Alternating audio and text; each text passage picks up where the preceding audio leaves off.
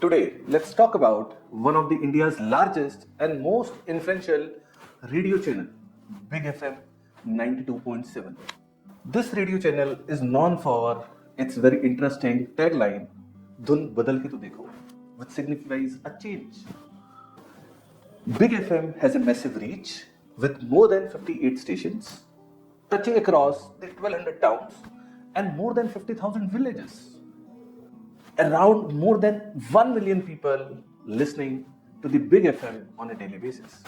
The Big FM, owned by Reliance Broadcast Network Limited, the company which used to be under the umbrella of Mr. Anil Ambani, went into a significant financial distress and entered into the restructuring plan, the revival plan under the IBC. In early 2023, when the restructuring process started, the creditors claimed an amount of more than 1,600 crores of rupees. Recently, there is a very good development wherein the National Company Law Tribunal, Mumbai bench, has approved the resolution plan for the revival of Reliance Broadcast Network Limited. The plan was submitted by one of the company named Sapphire Media Limited for an amount of INR 261 crores. The amount being offered by the resolution applicant of INR 261 crores value the entire company at an EV to sales multiple of 1.5. EV to sales multiple means enterprise value divided by the sales. This is one of the critical benchmark to evaluate the company among its peers. It is pertinent to note that this EV to sales multiple of 1.5 has been derived basis the latest available revenue. The company into the financial distress, it is going to impact its revenue also. What does that mean? The revenue that has been considered for a determination of 1.5 is not a normalized revenue. The company revenue in the last 3 to 5 years has been declined.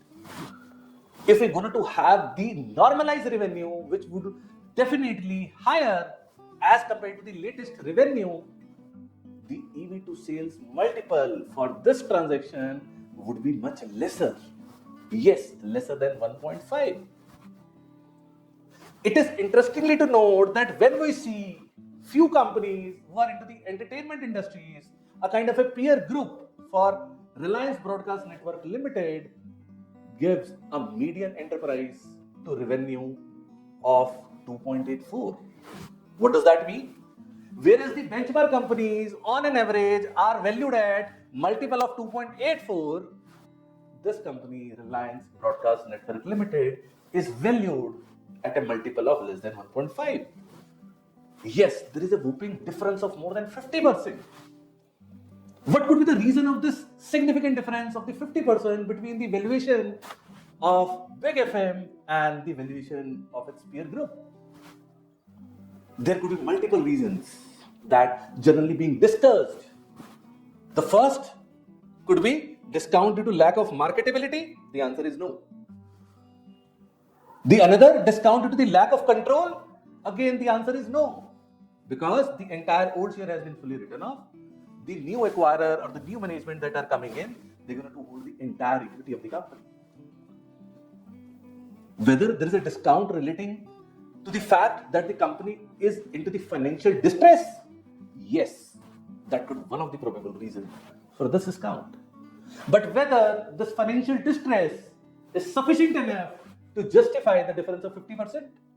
No. Investors and the acquirers, when they generally bought the company through this NCLT regime, faces additional challenges. That challenges relating to the uncertainty in the outcome. They have submitted a resolution plan a long way back. It is first going to be approved by the committee of the creditor, and then it is going to be approved by the Honorable NCLT. There are multiple approving authorities, which makes the entire process a bit uncertain. The another reason could be timing also. An investor who has a money in his hand, an acquirer who needs a company to run, he wants to pay off and start the company next day. But that generally don't happen with the NCLT regime, since it requires a multiple level of the approvals. There are uncertainties relating to the frivolous litigations, the prolonged litigations. We have observed that once the resolution plan is being approved by the National Company Law Tribunal, that can be challenged into the higher authorities at the appellate tribunal and then at the Supreme Court also.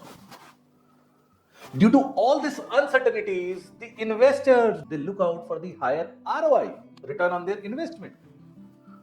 And similarly, the acquirer who wants to run the business want a bargain purchase on the day one itself. They want to buy a company on the day one itself at a significant discount. Whether this is reasonable, whether this is unreasonable, there can't be a yes or no answer to it. Currently, the market for the distressed assets in India or a distressed business in India is fairly new. Once we're going to have a more development into the ecosystem and the infrastructures relating to the such assets, definitely the valuation is going to improve. The discounts relating to the uncertainties surely going to be reduced, and that will give more confidence to all the stakeholders, including the lenders, the administrators, and surely the investors and the acquirers who are coming and investing their money to acquire such assets or the businesses. Hi, my name is 𝐚𝐿_𝐭𝐢𝐧𝐠 from 𝐚𝐿 Restructuring. At 𝐚𝐿 Restructuring, we guide and advise to the clients, starting from identifying the relevant opportunity for them, doing a deep dive detailed diligence to identify and to do a SWOT analysis of the potential business opportunities, determining the valuation drivers, and also estimating the valuation range, and moreover hand-holding the entire process for them to revive, survive, and make a growth path for a company who is into the financial distress. I hope you like this video. Do share your comments in the section below. Thank you. Have a good day.